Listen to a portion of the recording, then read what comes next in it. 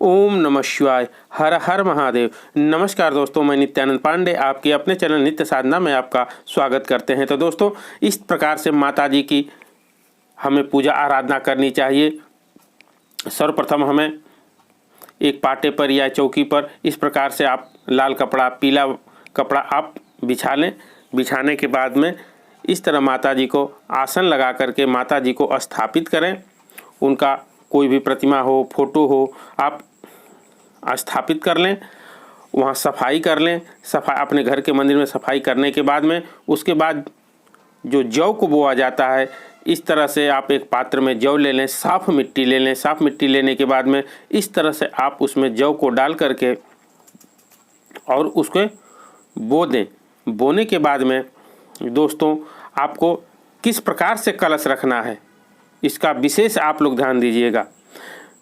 इस प्रकार से बोलें। बोने के बाद आप एक आम के पत्ते रख लें। रखने के बाद में उस पर गणेश जी और माता गौरी को स्थापित करना होता है। आप हल्दी से माता गौरी को आप इस प्रकार से हम पहले से बना चुके हैं, आप बना लें। बनाने के बाद में फिर एक कसैली ले लें, सुपारी जिसे सुपारी कहते हैं, सुपारी लेकर के उस पर मौली लपेट करके आप गणेश जी को बना सकते हैं। गणेश जी और माता लक्ष्मी को, माता गौरी को बना करके आप पूजा आराधना कर सकते हैं। और उस तरह से आम के पत्ते या अशोक के पत्ते जो लिए हैं उस पर स्थापित कर दें। उसके बाद में कलश पर इस तरह से स्वास्तिक का निशान बना लें। स्वास्तिक का निशान बना करके उसमें मौली लपेट लें। मौली लपेट करके कलश को स्थापित करना होता है। दोस्तों, दुर्गा पूजा में, माँ दुर्गा जी की पूजा में हमें कलश का विशेष महत्व रखना होता है। उसमें थोड़ा सा गंगा जल डाल लें और साफ जल डाल लें। साफ जल डालने के बाद में आप अष्टदल कमल बना सकते हैं या चावल के दाने नीचे कुछ रख करके आप उस पर कलश को स्थापित करेंगे। जैसे मैं कर रहा हूँ उस तरह से आप कलश स्थापित कर लें। और कलश के अंदर आपको जैसे बताए हैं गंगा जल और थोड़ा सा गंगा जल डाल लें और उसके बाद पानी से भर लें। पानी भरने के बाद में उसमें एक का सिक्का, हल्दी और सुपारी आप उस कलश के अंदर डाल दें।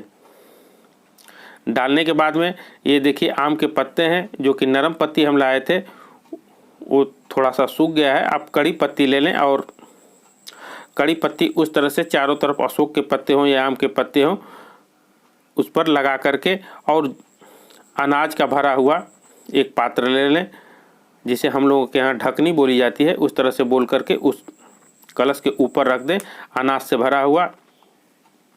उसके बाद आपको नारियल रखना होता है। दोस्तों, इस तरह से आप कलश की स्थापना कर सकते हैं। नवरात्रि के पहले दिन माँ दुर्गा की पूजा आराधना आप कर सकते हैं। उसके बाद में आप पुष्प ले लें और पुष्प देखिए जैसे हम रख रहे हैं उस तरह से आप पुष्प रख लें। पुष्प रखने के बाद में वहाँ एक दीपक प्रज्वलित जरूर करना होता है। अगर कोई भी पूजा कर रहे हैं, पाठ कर रहे हैं, तो दीपक को साक्षी मान करके सर्वप्रथम हमें दीपक वहाँ प्रज्वलित कर लेना चाहिए। आप दीपक प्रज्वलित करें। दीपक प्रज्वलित करने के बाद इस प्रकार से आप जल, उसमें थोड़ा सा गंगा जल डाल करके और इस तरह से एक पात्र में, पीतल के पात्र में आप ले लें और वहाँ रख दें। और कलश के ऊपर देखिए एक चीज़ का ध्यान दीजिएगा, नारियल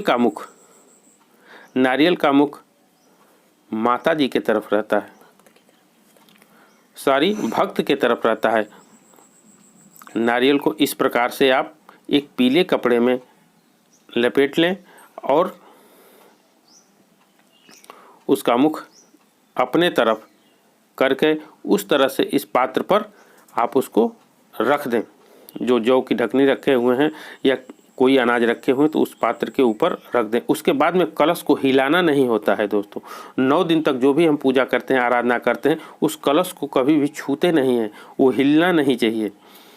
इसकी विशेष ध्यान आप लोग देंगे। उसके बाद में हम गौरी को, गणेश को स्नान कराएंगे, कलश को स्नान कराएंगे, उसके बाद माता जी को स्नान कराएंगे। आप इस प्रकार से जो पात्र में जल लिए हैं आप स्नान कराएंगे। स्नान कराने के बाद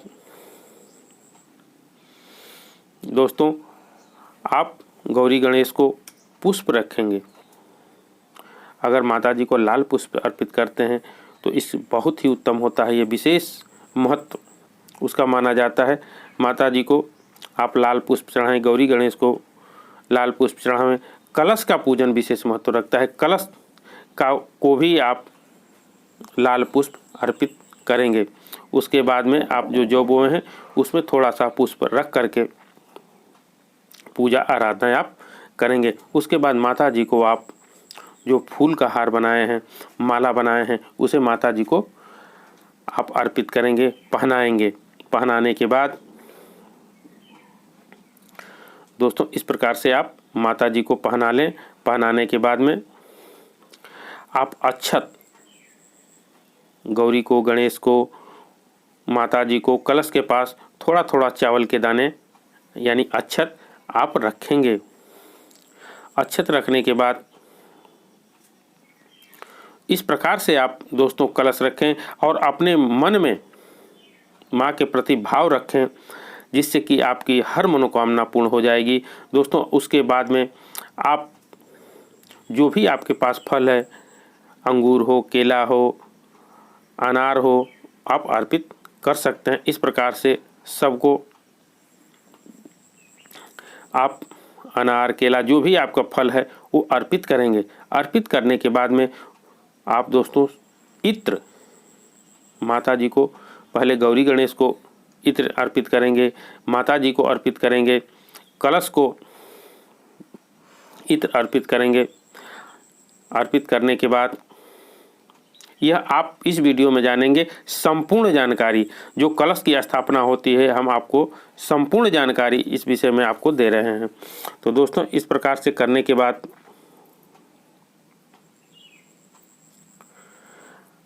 आप दोस्तों आरती करेंगे। लास्ट में आरती करेंगे। आरती करने के बाद में दोस्तों आपको मैं बता दूं, लास्ट में आरती होती है। आरती करने के बाद में वहाँ